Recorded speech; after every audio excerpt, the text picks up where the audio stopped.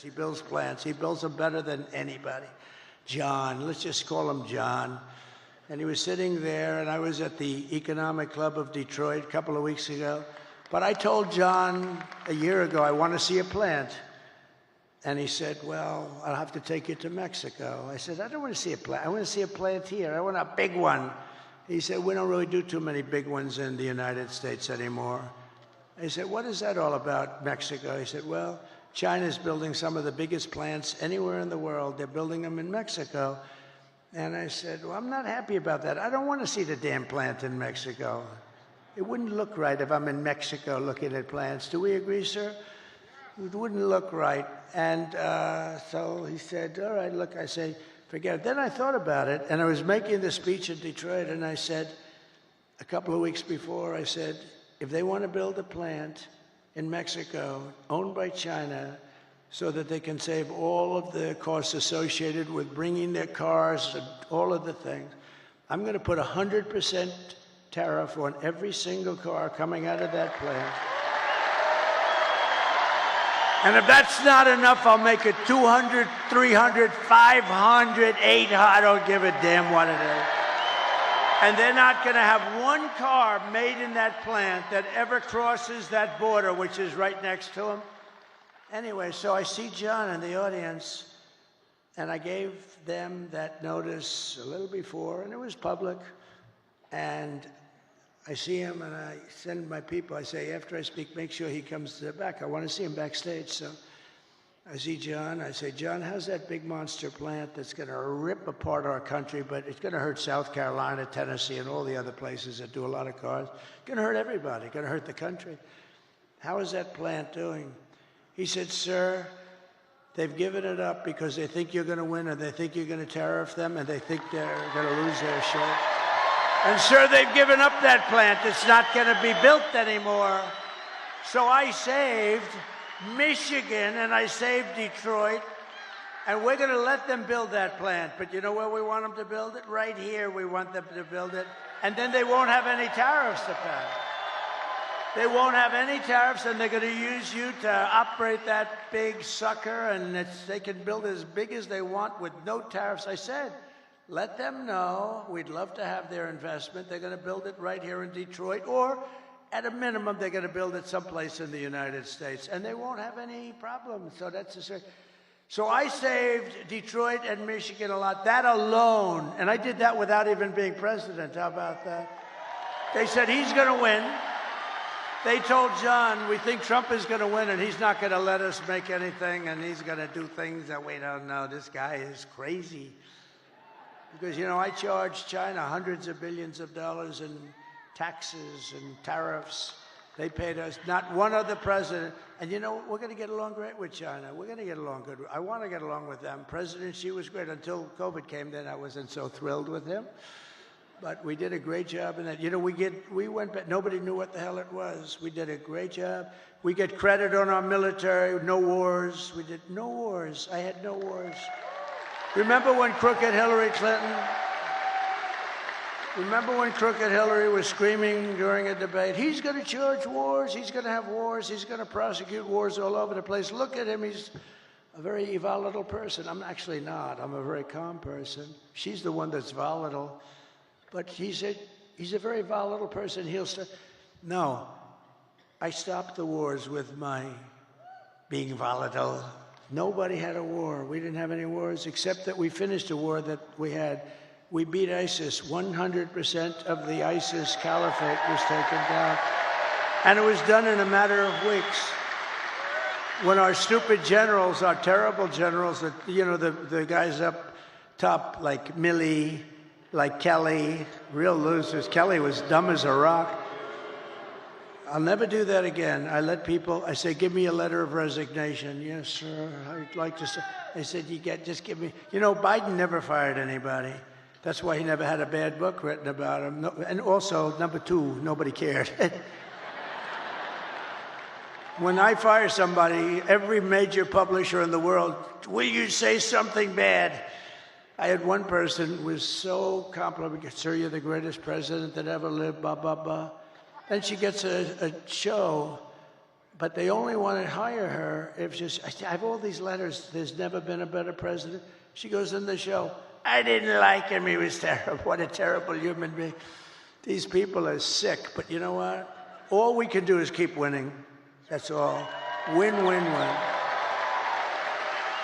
But a vote for Trump means your groceries, such a word I hear all the time, because I do like to mix it up with people, more so than my consultants. I think the people are much smarter than my consultants. My consultants are good, but I get much better. Like, people say groceries, right? I haven't used that. You know, such a sort of an old term. They say my groceries are so much more. I haven't, you know, the term is just like an old term, and it's a beautiful, but they say about my groceries were so expensive, they'll be cheaper. Your paychecks will be higher. Your streets will be safer and cleaner. Your communities will be richer. And your future as an American will be much better than it ever has been when I get in. Because this will be the golden age of America. And that's what I'm calling it. I'm telling the press. I hope you put it in. Isn't that a beautiful phrase? The golden age. I like to brand things, like I brand Pocahontas, and you know, I do a lot of branding. I'm one of the greatest branders in the world. A lot of them were Republicans, but they're all now friends of mine, so I can't talk. Some of my greatest branding was on the Republicans during the primaries, but they're all friends of mine. Most of them, some of them, yeah, most of them are. Most of them are, but you know, I don't talk about that. Once the battle is over, I take those words, I put them away permanently in some cases. On occasion, I'll bring them back out. But just a few months ago, in a beautiful field in Pennsylvania, an assassin tried to stop our great movement, greatest movement in history. But that brush with death did not stop us by any means. It only made us more determined to finish the job that we had only just started.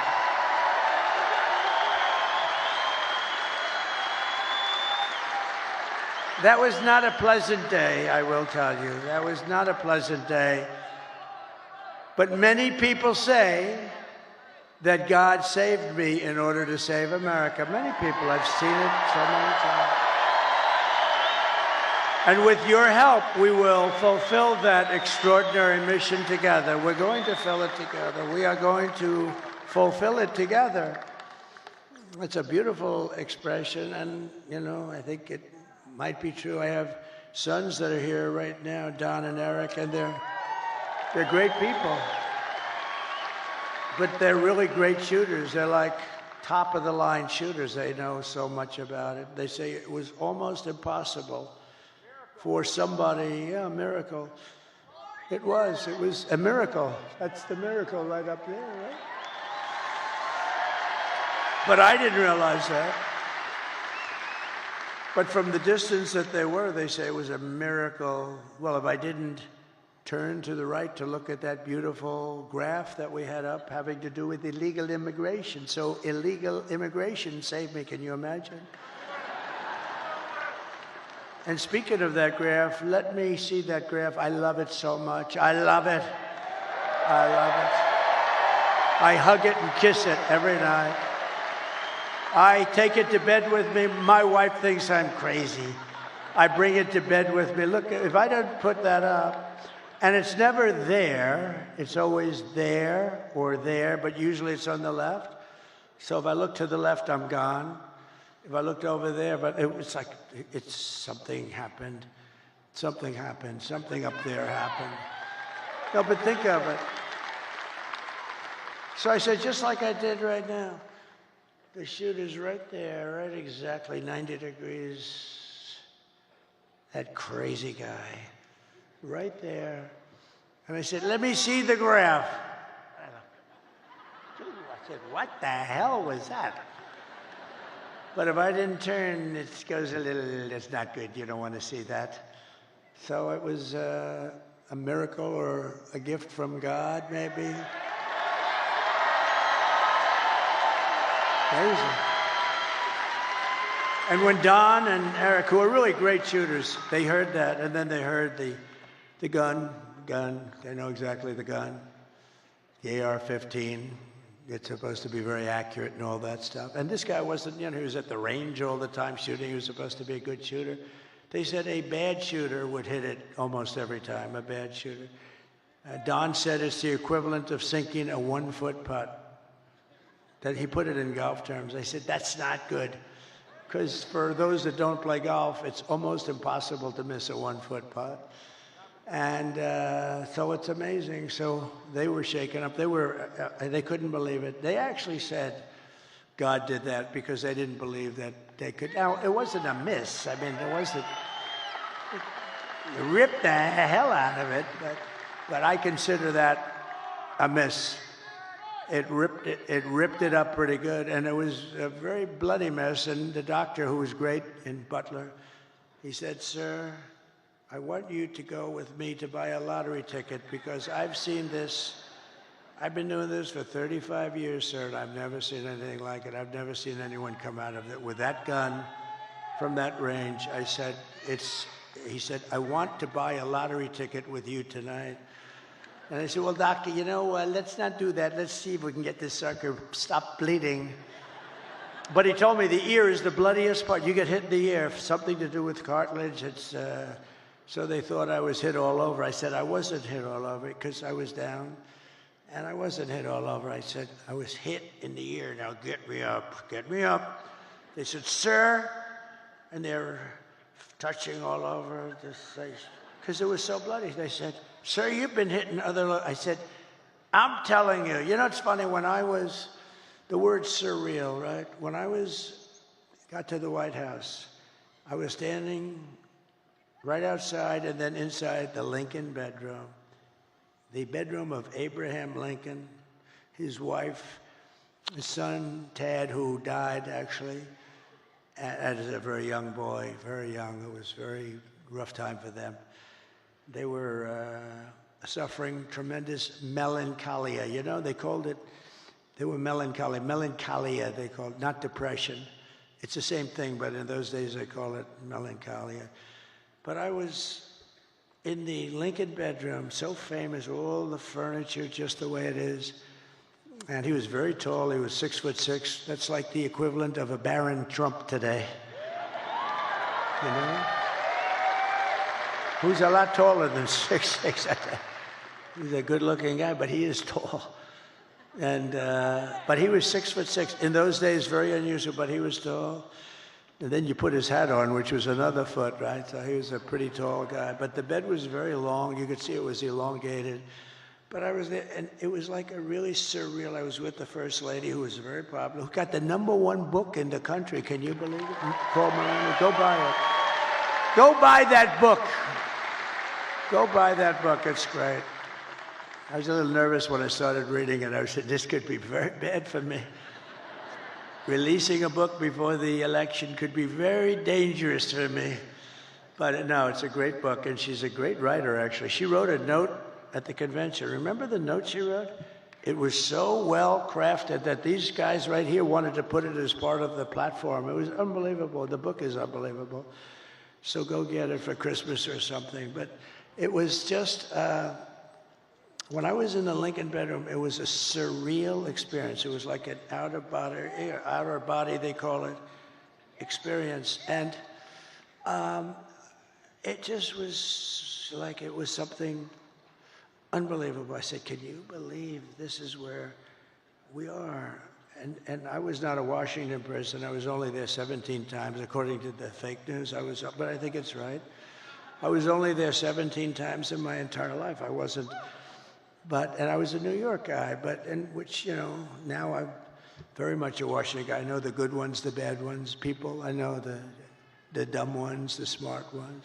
I know a lot about the people. I didn't know anything about the people. I had to rely, and we did great. We had mostly great, the trade people, the war people. We had a lot of great people. But when I was on the ground, there was no surreal experience. I knew I was shot in the ear. And I was telling Secret Service, and let me tell you, they were damn brave. I went down fast because, I looked, there was blood all over my hand. I said, this is not the normal situation. It's either the largest mosquito in history or I got hit by a bullet.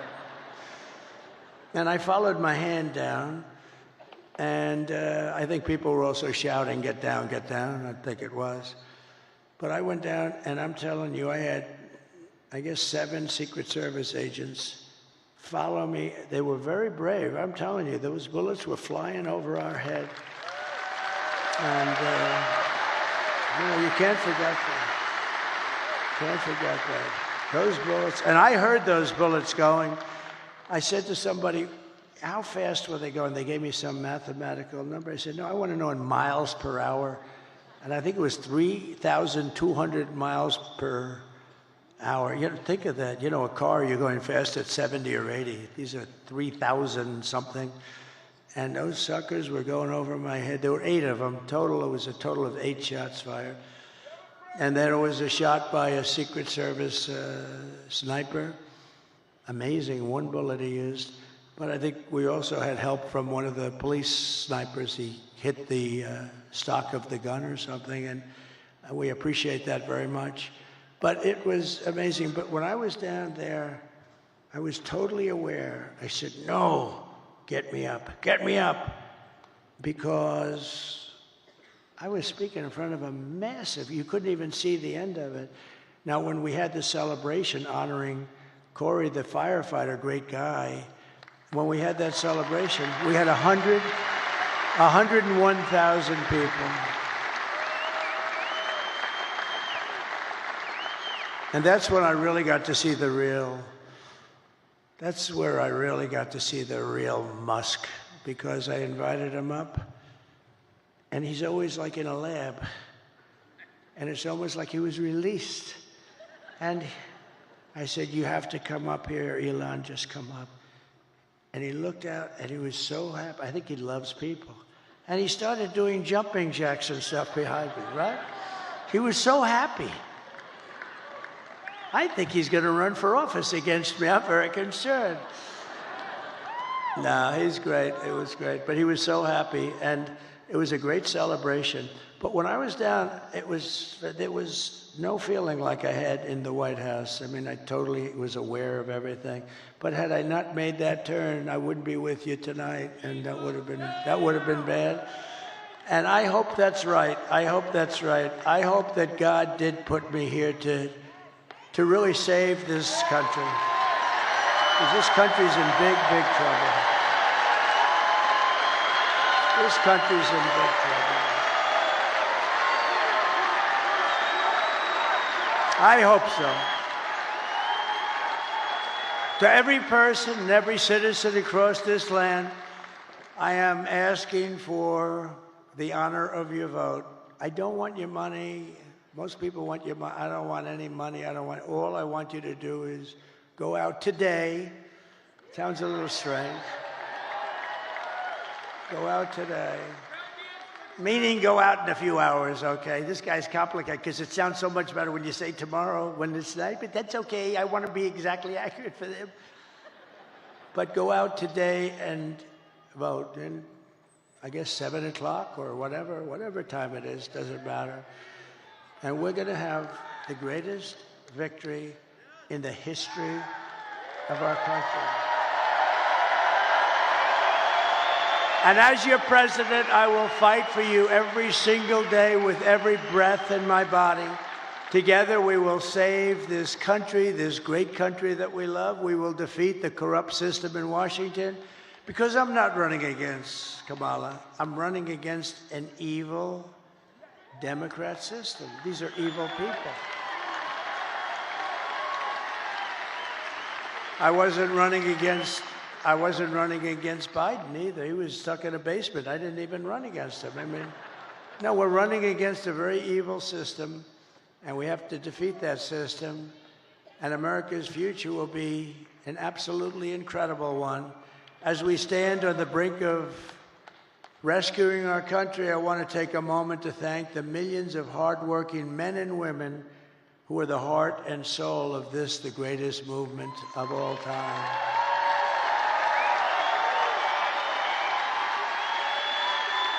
Because it's you much more so than me, frankly.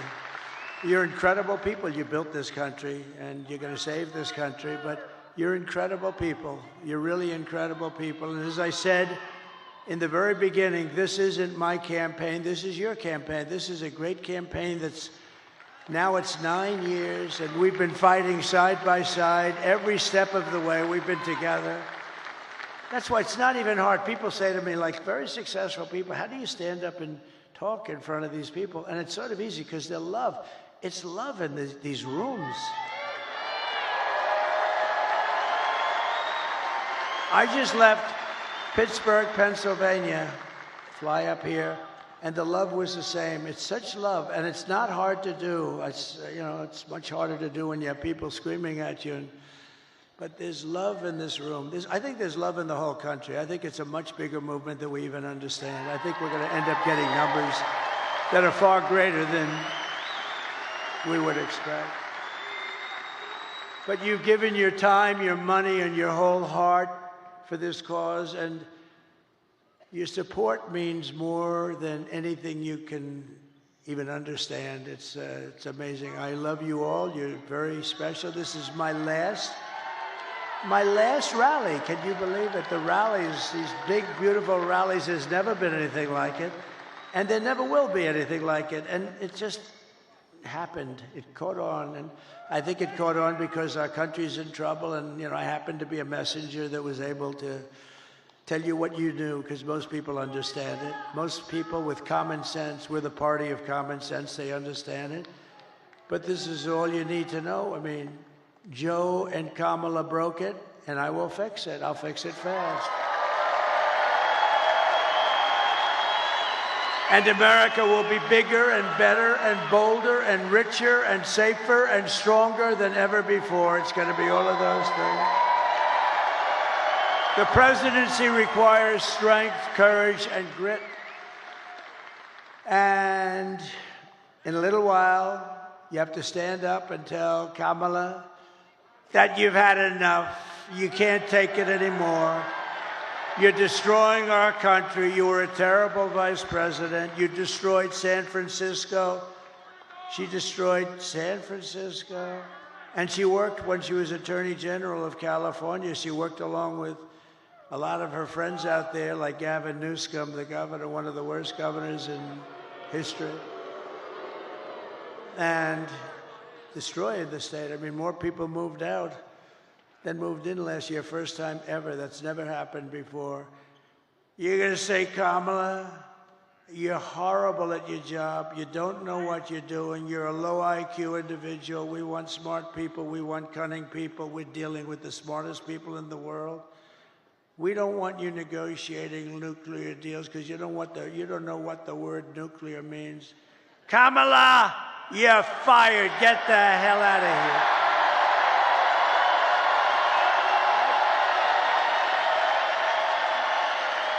You're fired. Get the hell out of here. You want to ruin our country. If we win Michigan, we win the whole thing, the whole thing. Over the past 4 years, Kamala has orchestrated the most egregious betrayal that any leader in American history has ever inflicted on our people. She was given the authority to run the border by Sleepy Joe because he wanted to go to bed and he wanted to sleep. He had only one thing he wanted to do, and that's sleep. So he made her the border czar. Now she's trying to deny it. By the way, the Border Patrol 2 weeks ago gave us the strongest endorsement you've ever heard. They said he's the greatest president in history and the best president on the border by a factor of 10. And I said to them, does that mean I'm better than Abraham Lincoln and George? What? Yes, sir, you're better than both of them. I had one problem. I had one of the guys that came up, and, they all, like 10 guys, they all made speeches. He's like 36. He said, sir, you're the greatest president in my lifetime. I said, I like the first guy better. I like Lincoln and Washington better than 36 years, right? But he meant well. But you know what? In terms of the border, what we did, we built all that wall. We built an extra 200 miles. They could have flipped it up in 3 weeks. You know that. It was all built. They sold it for scrap metal for 5 cents on the dollar, so much. And that's when I realized they actually want open borders. She has violated her oath, eradicated our sovereign border, and unleashed an army of gangs and criminal migrants from prisons and jails, insane asylums and mental institutions. And these people are all coming into our country. Are you okay down there? Is somebody hurt? Oh. Is somebody hurt? Oh. I saw you looking on the floor. I thought somebody was hurt. Oh, okay. We don't want our people to be hurt, right? We don't want that.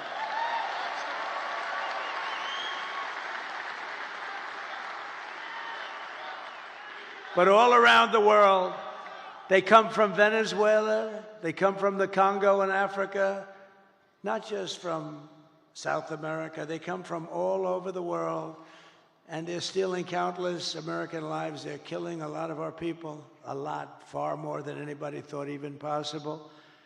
The day I take the oath of office, the migrant invasion ends and the restoration of our country begins. It begins immediately.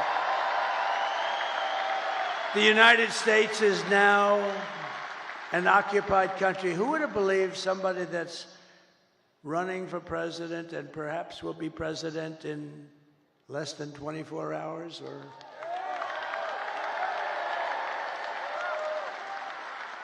or maybe it will take these machines that we pay so much for 2 weeks. Can you believe it? You know, if you used very highly sophisticated watermark papers, it's more sophisticated than the machines. Paper, highly sophisticated. Okay, if you used paper, and if you used voter ID, and if you had 1 day, and you, in addition to voter ID, you have a proof of the fact that you're a citizen of our country, which would be nice, you would have the results tabulated like in France. They had 37 million people. The results were tabulated at 9:30 in the evening. They had a winner, they had a loser, and they went home. And here's the other thing. I know nobody's very cost-conscious anymore. 8% would be the cost compared to the cost of these very highly complex machines. And Elon Musk told me, he probably knows more about computers than any man in the world. He said that machines don't work because they're easily violated. Now, this is the smartest guy in the world, the guy that runs rockets with computers, and saying the computers are far more important than the engines. I mean, nobody knows anything like this. But if you used paper, it's 8% the cost of the other. It's more accurate. And you don't have 12-day waits. And then what the hell's happening in the inside of those machines if you wait? We want the answer tomorrow, tonight.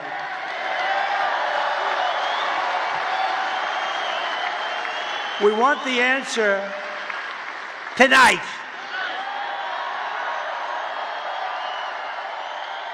They spend all this money. They spend all this money, and old-fashioned paper is much less expensive. And you know what? It's more accurate. It's much better. Something's going on with this. I mean, what the hell are they doing? But we don't want to wait 10 days, 12 days, 3 days, 2 days, or 2 hours. We want the answer tonight.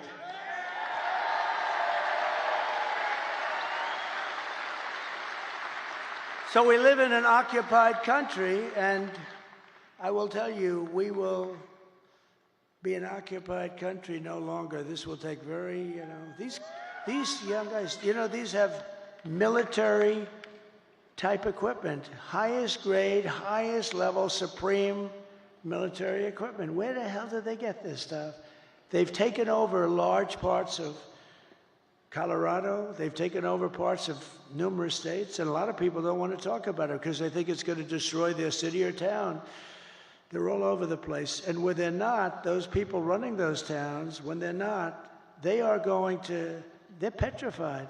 They don't want them coming in. In one town in Ohio, as you know, they have a beautiful town of, think of this, 50,000 people, and they dumped 30,000 migrants into the town. So you have 50,000, now you have 30,000 migrants. Springfield, Ohio. It's a beautiful place, gorgeous place. And now if you want to go to the hospital, you can't. If you want to get a checkup, you can't. If you want to find a doctor, you can't. If you want to get your kid into school, you can't. It's a whole different world. It can't be, we can't allow this to happen. They're destroying our country. November 5th, 2024 will be Liberation Day in America. On day one, I will launch the largest deportation program of criminals in American history. I will rescue every city and town that has been invaded and conquered. Can you believe I'm running for this great office and I'm talking about rescuing cities and towns that have been invaded and conquered? Can you imagine 10 years ago?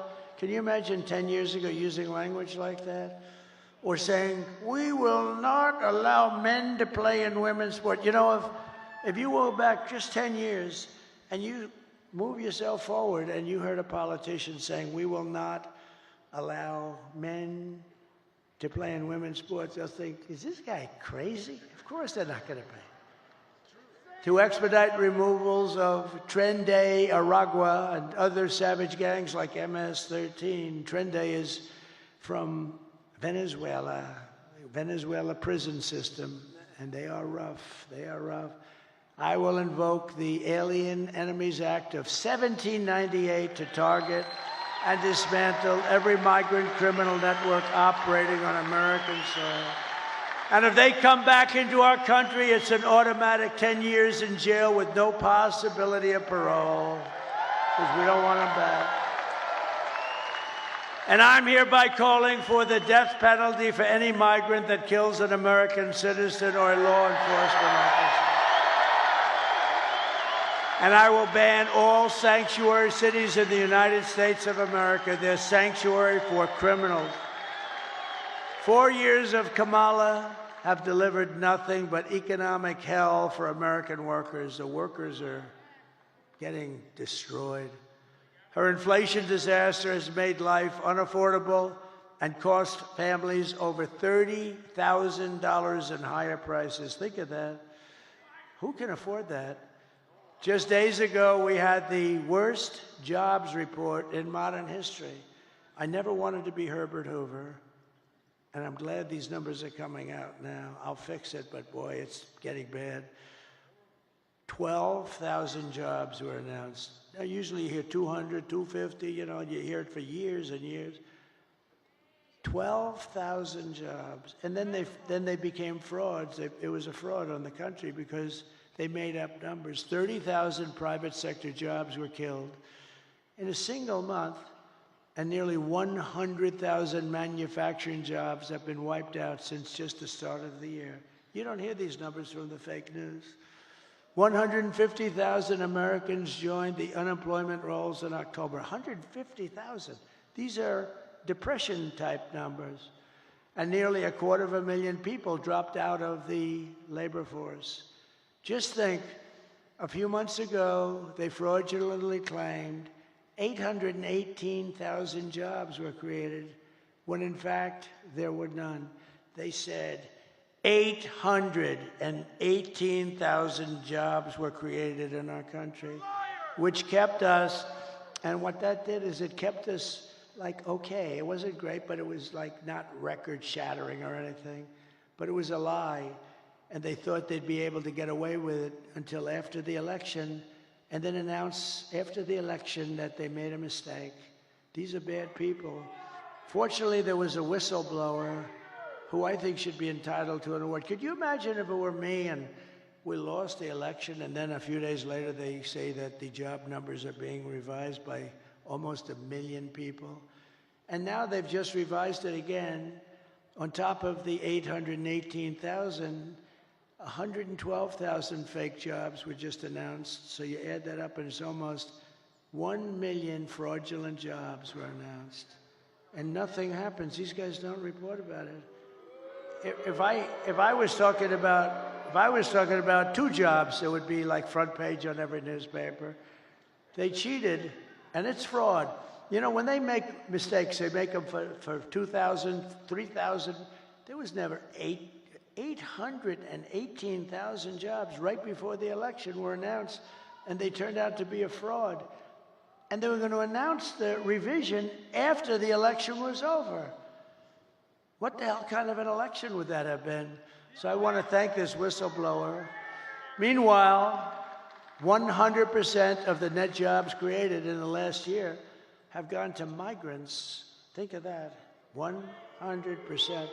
100% of the jobs that were created went to migrants, not to people. And I'll tell you what, your black population is being devastated by these people. They're taking all the black population jobs away, and they should announce those numbers before the election also, because frankly, what's happening there, you're going to see some bad things happen. They're taking their jobs, and the Hispanic population's going to be next. You watch.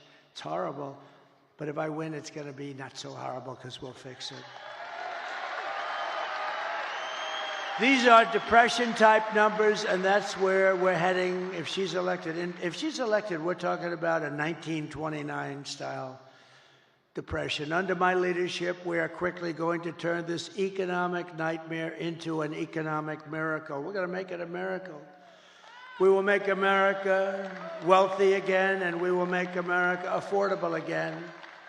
And we're just one day, meaning a half a day, sir, away from the best jobs, the biggest paychecks, and the brightest economic future the world has ever seen. But you must vote. Gotta vote. You gotta vote. Kamala's plan will impose the largest tax hike in American history. I've never heard anybody campaign. I've done this stuff for a long time, but I've been involved for a very long time supporting candidates. And candidates are always saying, we will reduce your taxes, efficiency, all this stuff. They're running on the fact that they're going to raise taxes substantially. I've never heard that. This is the craziest campaign I've ever seen. We will raise your taxes. Vote for us. Mondale, he says Mondale. I think you're right. We're going to raise your taxes. But they're going to do that on the typical family, American family. They're raising the taxes more than $3,000 a year.